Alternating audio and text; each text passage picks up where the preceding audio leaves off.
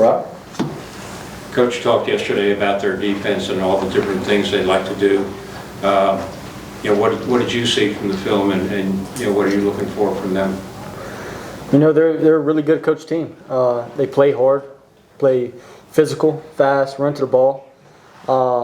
They're smart. They don't bust a lot and play sound defense. So we're going in this game knowing it's going to be a four-quarter tough game.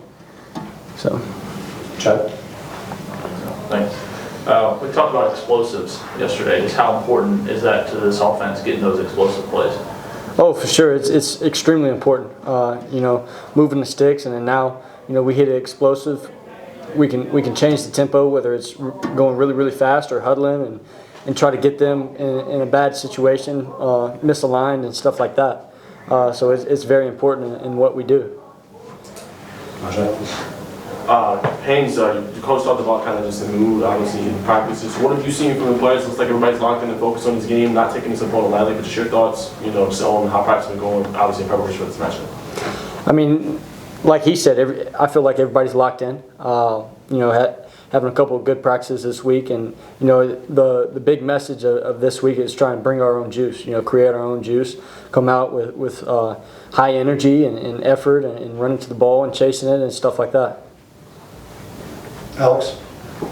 Seemed like the first two games you played, you took a lot of hits, and last week's a little lighter. What's it like to have a game where you can kind of depend more on running backs for the running game and kind of keep you a little less banged up, I guess? I mean, to me, it's about the same. Whatever it takes to win. It doesn't matter to me. I'm not a big stat guy and never really have been. Only one that matters to me is that the win-loss column and then the turnovers. If we control those, then we'll be all good. Question for you, Haynes. You've been pretty close on hitting on some of those obviously big explosive plays we talked about yesterday, but just right out of the reach, or just maybe a drop or anything like that. Rivers and all of the receivers. Just how do you guys kind of, I guess, overcome that and be able to hit more of the explosive? Well, we know the game of football it's a game of inches. Things like that happen. Sometimes you connect, sometimes you don't. But you can't be too high or too low. Can't let it affect the next play. We just got to go on and keep operating and executing. Haynes, you've been swamped with interview requests and all that type of thing. Does that distract you at all from what you're trying to do during the week in preparing for a game?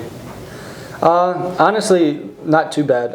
Mike and his team do a really good job of communicating and setting certain times up, certain windows up for that to happen. And then I don't really miss anything time-wise, watching film and stuff like that. So I necessarily haven't had to cram or anything. Like I said, they've done a really good job of communicating that aspect of that with me.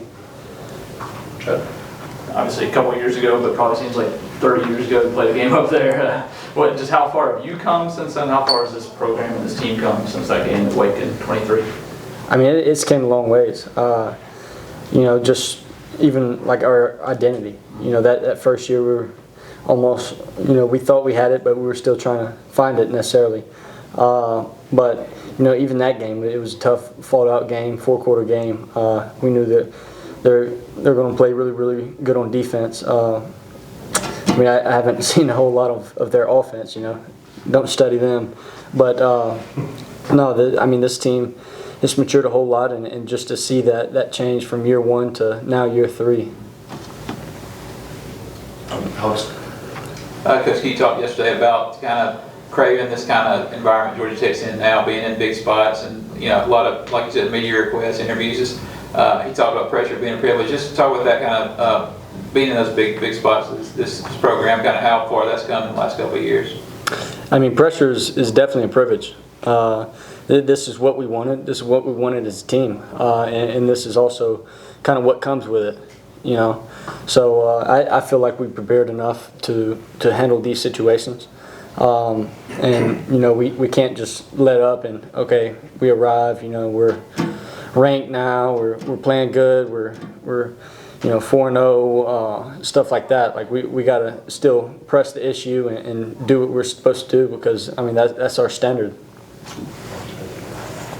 Where is the offensive playbook right now in terms of, are you guys still skimming the surface? Is it fully wide open? Are you still installing things? Where are you in that process? A little bit of everything, honestly. Yeah. You know, we got all our base stuff in, and then, you know, you can hide it and run the same stuff, showing different formations and motions, stuff like that. But, you know, we're also, you know, still improving and still installing stuff. And it's also week to week. You know, we might see a look and, you know, really like this play or this look. So, like I said, it's kind of all over the place. But, you know, I feel like we do a really good job of carrying over meetings to the practice field and practice field to game days. Rod, if you want to wrap us up with Haynes. Looking at the offensive line and defense is starting to throw some blitz packages against you guys. How are they dealing with that, and, you know, how are they improving, you know, and picking up those blitzes? Oh, for sure, they're improving game by game. You know, the more that those guys play together, the better they're going to be, because that's a communication aspect of it. You know, when you get a group of guys that's played a while and played a while together, that's just the communication aspect. They know, you know, where to be, when to be, stuff like that. But, you know, so far they've done a really good job of doing that, and like I said earlier, like carrying over meetings to walk through to practice and practice to the games.